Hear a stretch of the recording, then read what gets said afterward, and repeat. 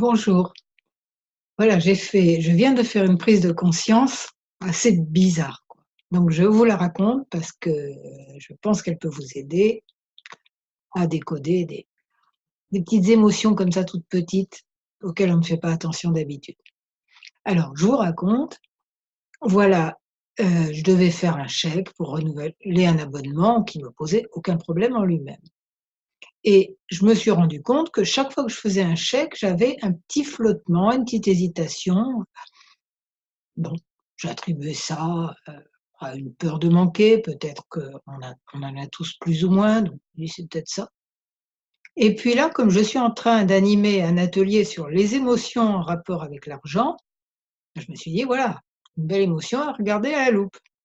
Donc j'ai regardé à la loupe et j'ai demandé à l'intérieur de moi, qu'est-ce que ça dit en moi quand j'ai cette espèce de flottement chaque fois que je fais un chèque? Et la réponse, elle est venue et c'est: «Je suis trop jeune pour faire un chèque». Bon, d'accord, on peut penser que c'est pas tout à fait vrai quand on me voit. Donc celle-là, je l'avais encore jamais vue. Donc j'ai demandé: «Question suivante, quelle est la partie de moi qui dit ça? Quel âge elle a?» Ça a répondu: 17. OK. Hein, c'est un bon truc quand on veut savoir à quel âge s'est produit un événement, on demande à l'inconscient, dit un nombre au hasard et c'est très, très, très souvent quelque chose d'intéressant. Donc 17. Tout à fait cohérent parce que j'ai eu mon premier chéquier, je devais bien avoir 17 ans à peu près.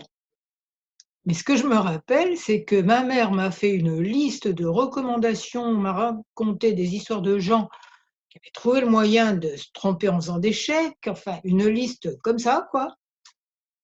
Bon, ben, mon inconscient a dû en conclure que c'était quelque chose d'extrêmement risqué, de dangereux que de faire un chèque. Et quand on a une partie de nous qui nous met un panneau danger devant n'importe quelle situation, même hyper banale comme celle-là, bah, tant que c'est là-dedans, bah, vous avez un mur invisible qui dit: «Attention, tu vas faire un chèque» ou «Attention, tu ne cours pas trop vite» ou «Attention, ceci, cela». Voilà et ces murs invisibles, on les garde toute la vie, sauf sauf si on les déprogramme évidemment et l'EFT est un super moyen de les déprogrammer. Donc je vais m'improviser un protocole tout à l'heure pour finir de calmer cette partie de moi et surtout parce que ça peut vous aider vous, quand vous avez des blocages vis-à-vis de l'argent. C'est pas forcément ça, hein, mais ça peut être une partie tout aussi irrationnelle qui se met à débloquer, pas d'autres mots, et dit: «Non, fais pas ça, fais pas ça, fais pas ça». Alors que pour prendre des décisions par rapport à l'argent, même un achat un petit peu cher, même tous les achats, il faudrait qu'on soit dans notre logique, dans notre cerveau rationnel et aussi dans nos émotions. Est-ce que ça me plaît vraiment d'acheter ça? Est-ce que ça OK.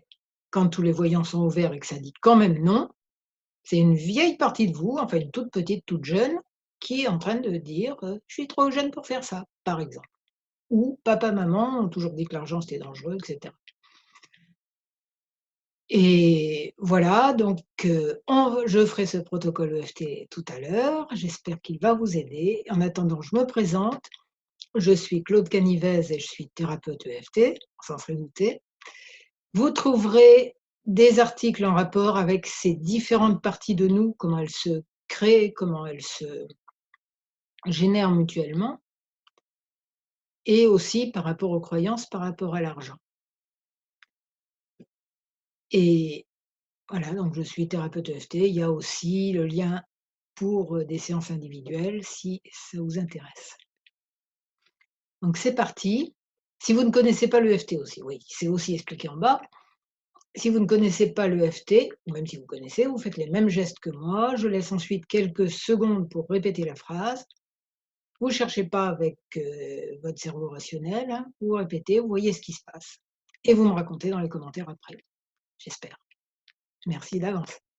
Allez, même si une partie de moi a une réaction tellement bizarre à l'idée de faire un chèque et vous adaptez à votre situation, bien sûr. Je m'aime et je m'accepte complètement et je choisis d'apaiser cette partie de moi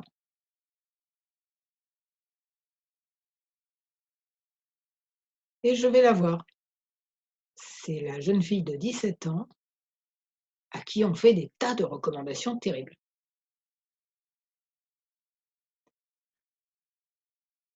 On m'a dit: «C'est très dangereux l'échec,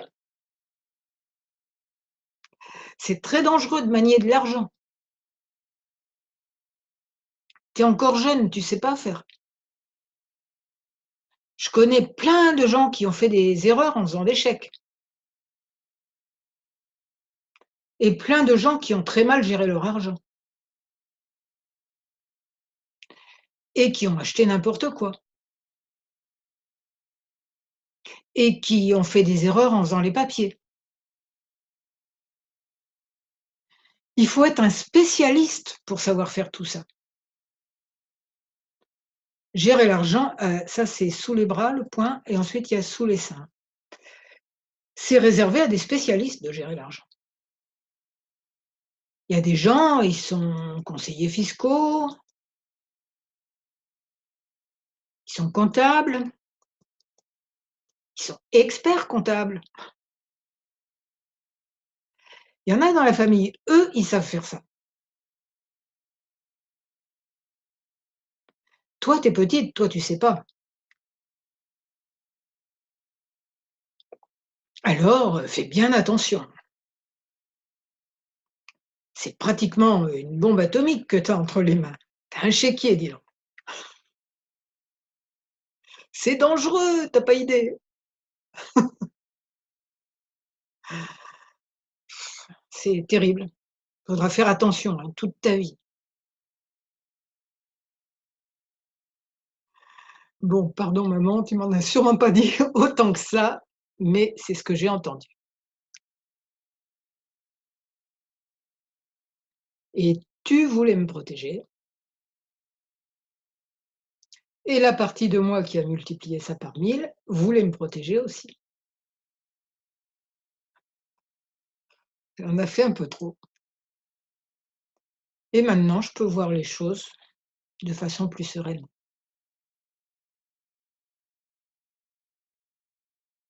Ouais, et ce que je savais pas à l'époque, c'est qu'on a tous une sagesse intérieure en plus de notre partie logique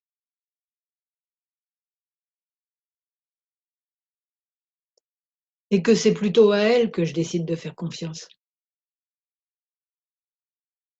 plutôt qu'à mes programmations de gamine ou d'ado. Notre sagesse intérieure, elle, elle est, super expert comptable, entre autres. Elle sait gérer l'argent et en plus, probablement beaucoup mieux que beaucoup de financiers,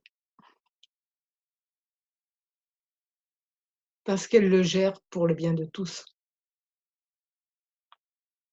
et donc elle peut m'inspirer à faire les bons choix financiers et autres.